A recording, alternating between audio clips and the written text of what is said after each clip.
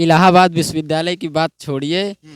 जब से इसकी जिम्मेदार केंद्र की सरकार और प्रदेश की सरकार है, क्योंकि वो सरकार ऐसे लोगों को यहाँ पर बैठाई हुई है जो लोग उनके पक्ष में उनकी दलाली उनकी चटकारता करते रहेंगे, उनकी जी हुजूरी करते रहेंगे। तो यहाँ काम क्या करेंगे? जैसे आप अगर किसी नौकर को रख लीजिए और वो नौकर जो है क्या कहते हैं आपको हमेशा सेवा करता रहे, तो फिर वो जो अन्य लोग हैं उनकी सेवा कहाँ करेगा? आपने दलित की बात किया था, आपको पता होना चाहिए कि बीजेपी सरकार उत्तराखंड में है। वहाँ पर एक दलित राजमाता जो खाना बनाने आई थी, उनको बच्चों ने मना कर दिया था, तो सरकार ने कोई कार्रवाई नहीं किया। सरकार ने कार्रवाई तब किया जब उन्होंने सवर्ण जाति के लोगों को रखा तो दलित के बच्चों ने खाना खाना बंद कर दिया, तब सरकार ने कार्रवाई किया है। बहुत सोचनीय और दंडनीय और दया का विषय है, दयनीय विषय है कि सरकार सोच क्या रखती है, सरकार करती क्या है, सरकार कहती क्या है।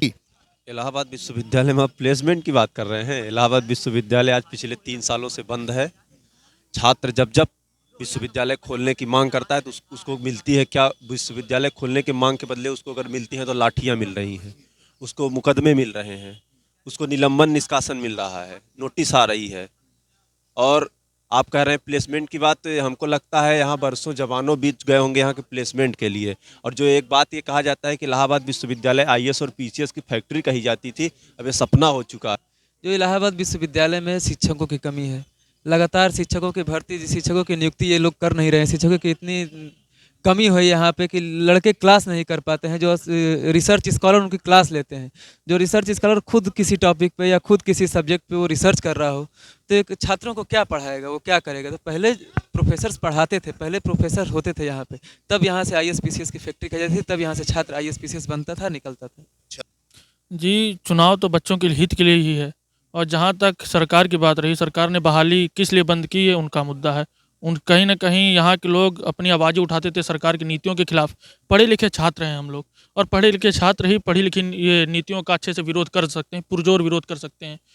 बीजेपी की नीति इतनी गंदी थी कि उनका विरोध यहाँ के छात्र पुरजोर तरीके से करते थे, इसीलिए उनको नहीं पसंद आया, इसीलिए उन्होंने प्रशासन को दबाव देकर हो सकता है छात्र संघ बहाली को बंद करवा दिया। नमस्कार, आप देख रहे हैं निगाहें इंडिया न्यूज़। मैं हूं विनय। इस वक्त मैं हूं इलाहाबाद विश्वविद्यालय के परिसर में, और आपको बता दें कि इलाहाबाद विश्वविद्यालय जी हां राजनीति की नर्सरी कही जाती है, क्योंकि इलाहाबाद विश्वविद्यालय से ही जो बच्चे हैं वो छात्र संघ का चुनाव लड़ते हैं, और उसके बाद यहीं से बड़े बड़े नेता निकले हैं जो आगे चलकर मुख्यमंत्री बने हैं, प्रधानमंत्री बने हैं। और इस वक्त जैसा कि आप देख रहे हैं, ये हमारे पीछे छात्र संघ बहाल करो इलाहाबाद विश्वविद्यालय परिसर कोविड प्रोटोकॉल को फॉलो करते हुए पूर्णतः खोल दिया जाए। महिला छात्रावास समेत सभी छात्रावास में लगे आवागमन के प्रतिबंध को हटा दिया जाए। तमाम तरीके के मुद्दे हैं। आप जैसा कि देख रहे हैं, ये करीब 500 दिन से ज़्यादा का ये अनशन चल रहा है। यहाँ पे तमाम लोग बैठे हुए हैं जिनके हाथ में पोस्टर्स है और इनकी अलग अलग मांग है, इनकी अलग अलग डिमांड है। तो मैं जाके इनसे बात करना चाहूँगा, इनके साथ बैठ के इत्मीनान से ये पूछना चाहूँगा आखिर क्या क्या मुद्दे हैं और किन मुद्दों पर ये बैठे हुए हैं। चूँकि इलाहाबाद विश्वविद्यालय है, ऑक्सफोर्ड कहा जाता है इसे पूरब का, और यहाँ पर पढ़ाई, यहाँ के लोग, यहाँ से आईएएस पीसीएस तमाम तरीके के लोग निकलते हैं, यहाँ से नेता निकलते हैं। तो चूँकि ये नेता नगरी भी इसे हम कह सकते हैं। सबसे पहले आपका शुभ नाम जानूँगा। अजय यादव सम्राट नाम है और इस आंदोलन का कोऑर्डिनेटर हूँ। क्या मुद्दा है और कितने दिन से आप बैठे? जहाँ तक मुझे बताया किसी ने कि करीब 500 दिन से ज़्यादा हो गए। देखिए, छात्र संघ बहाली समेत विभिन्न मुद्दे हैं छात्रों की समस्याओं को लेकर। जैसा कि इसके पहले भी कोरोना काल का प्रकोप बहुत ही ज़्यादा तादाद में रहा, उस समय भी जो छात्रावास में छात्र रह रहे हैं उनको भी बहुत सारी समस्याओं का सामना करना पड़ा, क्योंकि सारी मार्केटें बंद थीं और मेस भी बंद थे। तो खान पीन से लेकर और विश्वविद्यालय प्रशासन से बार बार आग्रह अनुरोध किया गया कि विश्वविद्यालय परिसर में सैनिटाइजेशन किया जाए, टर्निंग मशीन की व्यवस्था की जाए, थर्मल टेस्टिंग यंत्र की व्यवस्था की जाए, हॉस्टलों में व्यवस्था की जाए। और ये तीसरी वेव आ गई है। जब आई थी कोरोना कोविड की 2 लहरें आई थी, तो क्या उन 2 वेव में ये सारी चीज़ें नहीं की गई? ना, नहीं की गई। और लगातार स्वास्थ्य मंत्री जी को पत्र लिखा गया और सीएमओ को पत्र लिखा गया और डीएम को भी पत्र लिखा गया, लेकिन आज तक ऐसी कोई व्यवस्था नहीं हुई कि जैसा कि आप पूरे विश्वविद्यालय परिसर में घूम लेंगे, कहीं भी किसी भी गेट पर थर्मल टेस्टिंग यंत्र की व्यवस्था नहीं की गई है, और ना ही क्या कहते हैं मास्क की व्यवस्था, ना तो सैनिटाइजेशन की व्यवस्था है। अच्छा, मास्क की व्यवस्था देख रहा हूँ मैं, कोई मास्क नहीं लगाया, तो कम से कम 10-10 रुपए का मास्क तो खुद ही खरीदा जा सकता है। खैर, मैं ये जानना चाहूँगा आपको कि क्या लगता है बेरोजगार और शिक्षा व्यवस्था, जो ये दो मुद्दे हैं, आप लोग स्टूडेंट हैं, पढ़ाई करते हैं, घर से निकले हुए हैं, आपके माँ बाप की आपसे अपेक्षाएं होंगी कि हमारा लड़का कुछ करेगा, बड़ा करेगा, नाम करेगा, अपने पैरों पे खड़ा होगा, परिवार देखेगा। तो ऐसे में शिक्षा व्यवस्था पे मैं बात करना चाहूँगा कि जिस उम्मीद के साथ आप इलाहाबाद विश्वविद्यालय आए थे, शिक्षा व्यवस्था क्या उतनी अच्छी है? उस हिसाब से आपको यहाँ पर पढ़ाया जाता है? देखिए, शिक्षा व्यवस्था इस समय जिस तरीके से मैं एलएलबी का छात्र हूँ और 2 साल हो गया, आज तक मैं क्लास नहीं, यूनिवर्सिटी में कैंपस में नहीं घुसा हूँ, जहाँ की एक भी क्लास नहीं चला है।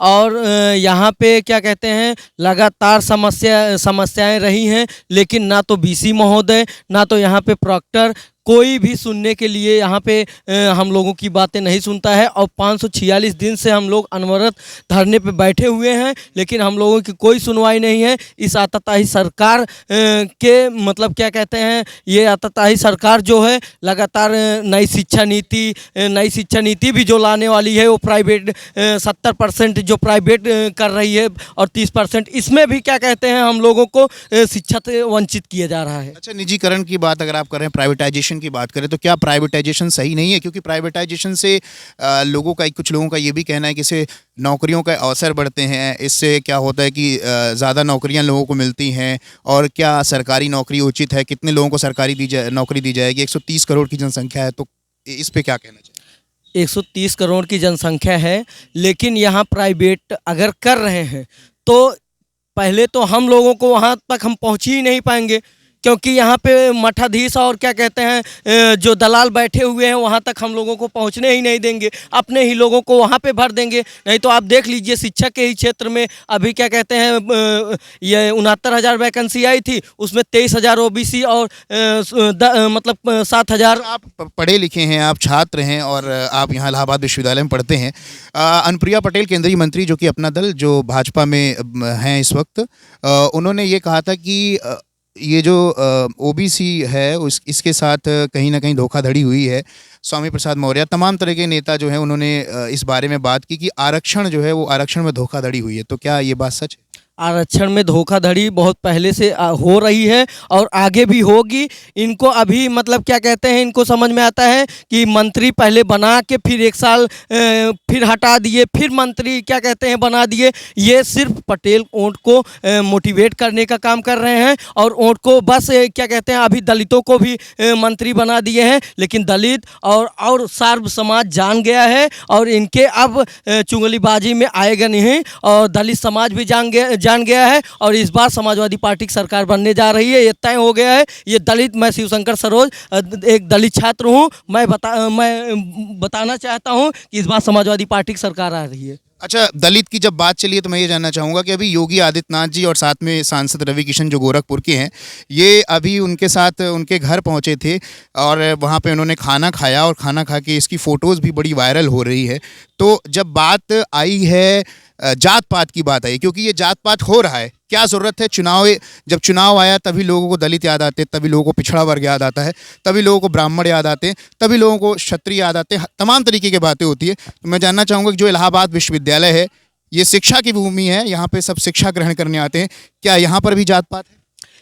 मैं आपको बताना चाहता हूँ, यही इलाहाबाद में चकिया हरहरा का कांड है। लड़की के साथ, दलित लड़की के साथ बलात्कार होता है, 12 साल की बच्ची है। अभी 4 हत्या हुई है गोहरी में, लगातार क्या कहते हैं हत्याएं हो रही हैं, तब दलित का घर नहीं दिखाई देता है। क्या इलाहाबाद विश्वविद्यालय में जात पात है? इलाहाबाद विश्वविद्यालय ये क्या कहते हैं, यहाँ पे भी कुछ तो आप कुछ जगहों पे देख लेंगे ही, लेकिन हम ये बताना चाहते हैं कि ये बीजेपी सरकार ही जातिवाद को पैदा करती है और ये लगातार ये जातिवाद पे काम कर रही है। क्या बीजेपी में दलित समुदाय जाएगा? दलित समुदाय इस बार बीजेपी में कतई नहीं जाएगा और समाजवादी पार्टी की सरकार बना रही है। सारे दलित समाज के लोग दलित को वोट करेंगे, समाजवादी पार्टी को वोट करेंगे। समाजवादी पार्टी को वोट करने की बात करें, आपका शुभ नाम जानना चाहूँगा? मेरा नाम नवनीत यादव है। नवनीत जी, ये बताइए कि अगर बात करें रोजगार पे, तो क्या इलाहाबाद विश्वविद्यालय में जब से मोदी जी आए हैं 2014 में रैली में उन्होंने बोला था कि इलाहाबाद विश्वविद्यालय का विकास करूंगा, और योगी जी भी आए स्टेट में हैं, तो क्या इलाहाबाद विश्वविद्यालय में प्लेसमेंट वगैरह हो रही है अच्छी? इलाहाबाद विश्वविद्यालय में आप प्लेसमेंट की बात कर रहे हैं। इलाहाबाद विश्वविद्यालय आज पिछले 3 सालों से बंद है। छात्र जब विश्वविद्यालय खोलने की मांग करता है तो उसको मिलती है क्या? विश्वविद्यालय खोलने की मांग के बदले उसको अगर मिलती हैं तो लाठियाँ मिल रही हैं, उसको मुकदमे मिल रहे हैं, उसको निलंबन निष्कासन मिल रहा है, नोटिस आ रही है। और आप कह रहे हैं प्लेसमेंट की बात, तो हमको लगता है यहाँ बरसों जवानों बीत गए होंगे यहाँ के प्लेसमेंट के लिए। और जो एक बात ये कहा जाता है कि इलाहाबाद विश्वविद्यालय आईएएस और पीसीएस की फैक्ट्री कही जाती थी, अब ये सपना हो चुका है। यहाँ से आज पिछले 10 सालों का अगर डेटा उठा लेंगे तो एक भी आईएएस नहीं निकल रहे हैं। अच्छा, जब आईएएस पीसीएस की बात हुई है, आईएएस पीसीएस की फैक्ट्री की बात हुई है, आपका शुभ नाम? हरेंद्र कुमार यादव। ये बताइए, आईएएस पीसीएस की फैक्ट्री इलाहाबाद विश्वविद्यालय को कहा जाता है, लेकिन कुछ सालों से यहाँ पे इलाहाबाद विश्वविद्यालय में आईएएस पीसीएस नहीं निकल पा रहे हैं, तो इसकी क्या वजह हो सकती है? देखिए, इसकी वजह ये हो सकती है, इसकी वजह यही है भी, जो इलाहाबाद विश्वविद्यालय में शिक्षकों की कमी है। लगातार शिक्षकों की भर्ती, शिक्षकों की नियुक्ति ये लोग कर नहीं रहे हैं। शिक्षकों की इतनी कमी है यहाँ पे कि लड़के क्लास नहीं कर पाते हैं। जो रिसर्च स्कॉलर उनकी क्लास लेते हैं, जो रिसर्च स्कॉलर खुद किसी टॉपिक पे या खुद किसी सब्जेक्ट पे वो रिसर्च कर रहा हो, तो एक छात्रों को क्या पढ़ाएगा, वो क्या करेगा? तो पहले प्रोफेसर्स पढ़ाते थे, पहले प्रोफेसर होते थे यहाँ पे, तब यहाँ से आईएएस पीसीएस की फैक्ट्री कही जाती थी, तब यहाँ से छात्र आईएएस पीसीएस बनता था, निकलता था। अच्छा, मैं आपका शुभ नाम जानना चाहूँ? जी, जय गणेश पांडे। जय गणेश पांडे। पांडे जी, ये बताइए कि छात्र संघ बहाली के लिए आप लोग यहाँ पर धरना दे रहे हैं, तो छात्र संघ बहाली जो है सरकार ने बंद कर दिया, तो क्या वजह हो सकती है छात्र संघ बंद करने की? क्या इससे बच्चों की पढ़ाई पे असर जाता था? जी, चुनाव तो बच्चों के हित के लिए ही है। और जहाँ तक सरकार की बात रही, सरकार ने बहाली किस लिए बंद की है उनका मुद्दा है। कहीं न कहीं यहाँ के लोग अपनी आवाज़ें उठाते थे सरकार की नीतियों के खिलाफ। पढ़े लिखे छात्र हैं हम लोग, और पढ़े लिखे छात्र ही पढ़ी लिखी ये नीतियों का अच्छे से विरोध कर सकते हैं, पुरजोर विरोध कर सकते हैं। बीजेपी की नीति इतनी गंदी थी कि उनका विरोध यहाँ के छात्र पुरजोर तरीके से करते थे, इसीलिए उनको नहीं पसंद आया, इसीलिए उन्होंने प्रशासन को दबाव देकर हो सकता है छात्र संघ बहाली को बंद करवा दिया। छात्र संघ एक बहुत अच्छा जरिया है, एक बहुत अच्छा प्लेटफॉर्म है स्टूडेंट को अपनी आवाज़ रखने का। इसको हमेशा होते रहना चाहिए। इससे क्या होता है कि एक पॉलिटिकल एटमॉस्फेयर बना रहता है, एक पॉलिटिकल अवेकनिंग होती है, स्टूडेंट में भी एक जागरूकता आती है कि कैसे आज की नीतियों को हम चल के आगे बदल कर भविष्य में और अच्छा कर सकते हैं। तो ये मुझे बताइए कि अगर छात्र संघ बहाली कर दिया जाए तो इससे क्या कुछ और स्टूडेंट जो पढ़ने आते हैं, जो यहाँ पे पढ़ते हैं, उनको इससे डिस्टर्बेंस नहीं होता?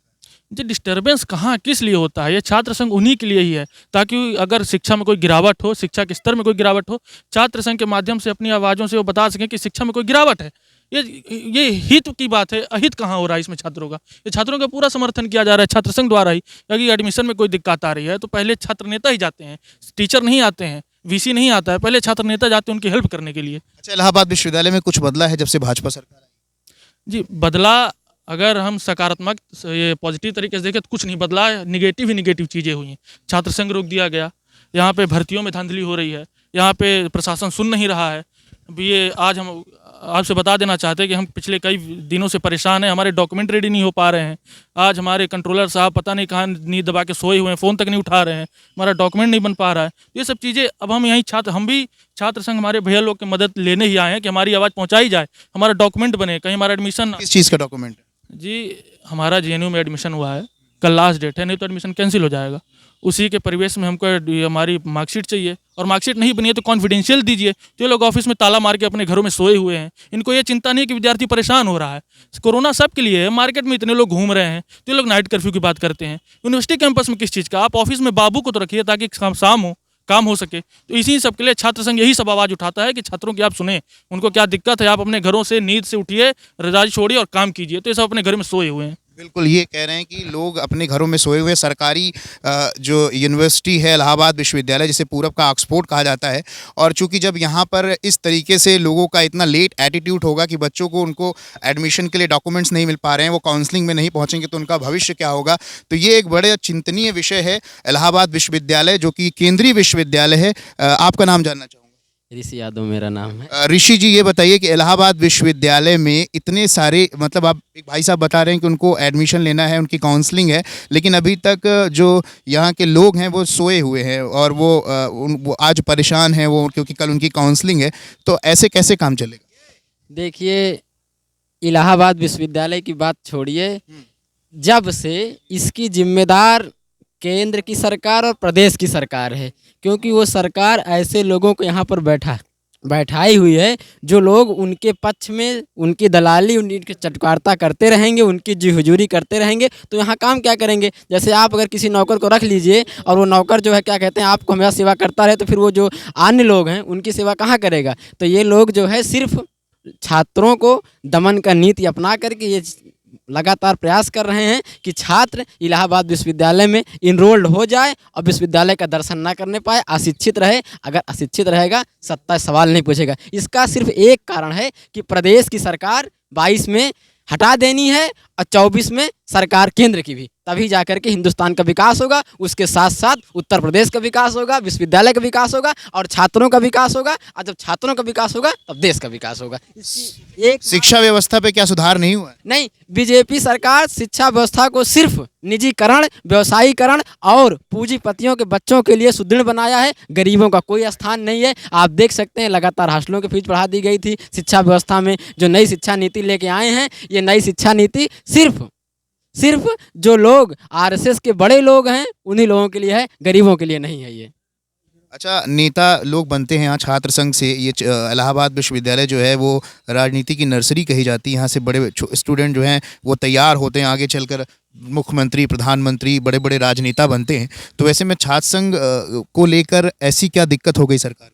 नहीं, सरकार को दिक्कत ये हो गई कि सरकार ने सोचा, भारतीय जनता पार्टी की सरकार ने सोचा कि जो हम अन्याय अत्याचार कर रहे हैं, अगर इसको बंद नहीं किया जाएगा तो हमारे किए पर सवाल खड़ा करेंगे और जो नागपुर से लोग तैयार हो रहे हैं वो केंद्र की सत्ता, प्रदेश सत्ता में नहीं जा पाएंगे। इसीलिए जो है क्या इसको बंद कर दिया गया। आपको एक मैं उत्तर देना चाहता हूँ। आपने दलित की बात किया था, आपको पता होना चाहिए कि बीजेपी सरकार उत्तराखंड में है। वहाँ पर एक दलित राजमाता जो खाना बनाने आई थी, उनको बच्चों ने मना कर दिया था, तो सरकार ने कोई कार्रवाई नहीं किया। सरकार ने कार्रवाई तब किया जब उन्होंने सवर्ण जाति के लोगों को रखा तो दलित के बच्चों ने खाना खाना बंद कर दिया, तब सरकार ने कार्रवाई किया है। बहुत सोचनीय और दंडनीय और दया का विषय है, दयनीय विषय है कि सरकार सोच क्या रखती है, सरकार करती क्या है, सरकार कहती क्या है। तो हम इसलिए चाहते हैं कि 2022 में राष्ट्रीय अध्यक्ष जी के नेतृत्व में सरकार बने और उसके बाद 24 में जो फेकू महाराज हैं ये भी चले जाएंगे और बाबा जी जाने वाले हैं। उनको तो विजय पहले गोरखपुर भेज चुके। जो उत्तराखंड की आपने बात की थी, इस खबर को मैंने भी पढ़ा था। एक दलित महिला थी जिनको खाने के लिए, मिड डे मील बनाने के लिए रखा गया था। उसके बाद वहाँ के जो सवर्ण लोग थे उन्होंने अपने बच्चों को खाना खाने से मना किया और उसके बाद वहाँ पे दूसरी जात के लोगों को रखा गया, लेकिन फिर उसके बाद सरकार ने उसकी सुध ली और उसके बाद उन्हें रखा गया। खैर, इस तरह की तमाम चीज़ें अभी तक चली आ रही हैं, जात पात, धर्म, विवाद। लेकिन उसके बाद फिर भी जब चुनाव आता है तो सब कुछ एक हो जाता है, सब एकदम शहद की तरह एकदम मधुमक्खियाँ चिपक जाती हैं। ऐसा क्यों? देखिए, मेरा नाम मोहम्मद मसूद अंसारी, छात्र नेता इलाहाबाद केंद्रीय विश्वविद्यालय। वर्तमान में अभी बात हो रही थी कि उनके घर जाके खाना खाया, इनके घर जाके खाना खाया। ये सब देखिए एक तरह का प्रोपेगेंडा चलाया जा रहा है कि मैं इनके घर जा रहा हूँ, उनके घर जा रहा हूँ। अभी इन्होंने बताया भी कि इसी गोहरी गांव में 4 सामूहिक बलात्कार के साथ उनकी हत्या कर दी गई। उसके बाद भारतीय जनता पार्टी का मुझे कोई गुरेज नहीं कहने में कोई भी नुमाइंदा उनके घर नहीं पहुंचा और जिन लोगों के नाम पर उस परिवार ने FIR कराया था, नामजद मुकदमा कराया, उन लोगों को ना छू करके किसी अन्य को गिरफ्तार किया गया है। ये भी काफ़ी निंदनीय है और सोच का विषय है कि ये भारतीय जनता पार्टी की सरकार क्या कर रही है। कानून व्यवस्था के नाम पर ये सरकार जो है थार चढ़वा दे रही है। कानून व्यवस्था के नाम पर ये सरकार थार चढ़वा रही है, किसानों को रौंदने का काम कर रही है। जब छात्र बोलते हैं तो उनके ऊपर आंसू गैस के गोले चलाने का काम कर रही है, कीले गाड़ने का काम कर रही है। तो अब जो इलाहाबाद के गलियों के अंदर, अल्लाहपुर, बगाड़ा, सलोरी की डेलीगेसियों के अंदर जो छात्र शाम को चाय पीने के लिए निकलता था, वो छात्र आज शाम को आंदोलन करने के लिए निकल रहा है। इससे ये प्रतीत होता है कि इलाहाबाद का भी नौजवान तैयार और जागरूक हो चुका है और भारतीय जनता पार्टी के ताबूत में आखिरी कील गाड़ने का काम इलाहाबाद विश्वविद्यालय का छात्र, नौजवान, युवा करने के लिए तैयार है। और इस आताताई या सांप्रदायिक विचारधारा की जो सरकार है, इसको उखाड़ फेंकने का काम करने के लिए हम लोग एकदम नौजवान तैयार हैं। अच्छा, ये बताइए, आज का युवा जो इलाहाबाद विश्वविद्यालय के जो स्पेशल जो छात्र हैं, उनकी अगर बात किया जाए तो क्या वो किस ओर जा रहे हैं? देखिए, इलाहाबाद विश्वविद्यालय का जो छात्र है वो आपको खुद ही जानकारी है कि यहाँ पे छात्र की राजनीति की नर्सरी रही है। ये हमारे यहाँ से Vishwanath Pratap Singh, DS Kothari sir, Gulzari Lal Nanda sir, यहाँ से कि नेपाल तक के प्रधानमंत्री हमने दिया है। तो हमारी सोच है, हम रोजगार को लेकर, हम देश के अंदर आपसी सौहार्द बना रहे, क्योंकि ये इलाहाबाद विश्वविद्यालय प्रयाग की पावन धरती पर स्थित है।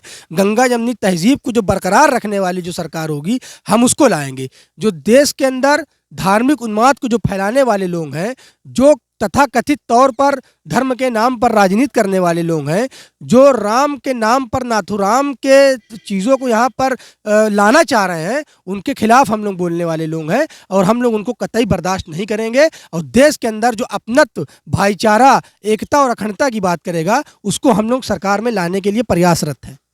देश की एकता और अखंडता के बारे में जो बात करेगा, उनको लाने का यहाँ के छात्र जो है वो प्रयास करेंगे सरकार में। बाकी ये छात्र संघ की बहाली के लिए यहाँ पर ये लोग धरने पर बैठे हैं। 500 दिन से ज़्यादा हो गया, अभी तक सरकार की कोई इनकी सुध नहीं ली है। लेकिन इलाहाबाद विश्वविद्यालय, जिसे पूरब का ऑक्सफोर्ड कहा जाता है, जहाँ से राजनीति की नर्सरी जो जिसे कहा जाती है, जहाँ से बहुत सारे राजनेता निकले हैं यहाँ से। लेकिन अब ये जो आप हाल देख रहे हैं यहाँ के छात्रों का, जो काफ़ी दिन से यहाँ पर बैठे हुए धरना दे रहे हैं, ये एक बड़ा प्रश्न है सरकार से कि आखिर क्यों ये बच्चे इतने दिन से धरने पर बैठे हैं और क्यों इनकी सुध नहीं ली जा रही है। तमाम तरीके के मुद्दे हैं, तमाम तरीके की बातें हैं, क्योंकि विधानसभा 2022 का चुनाव है। और ऐसे में क्या चाहता है आज का युवा, क्या चाहता है आज का छात्र, उनसे आगे भी बात करेंगे और उनका पक्ष जानेंगे कि आखिर विधानसभा 2022 में वो किसकी सरकार बनाने जा रहे हैं। देखते रहिए निगाहें इंडिया न्यूज़, क्योंकि यहाँ पर है हर खबर पर पैनी नज़र।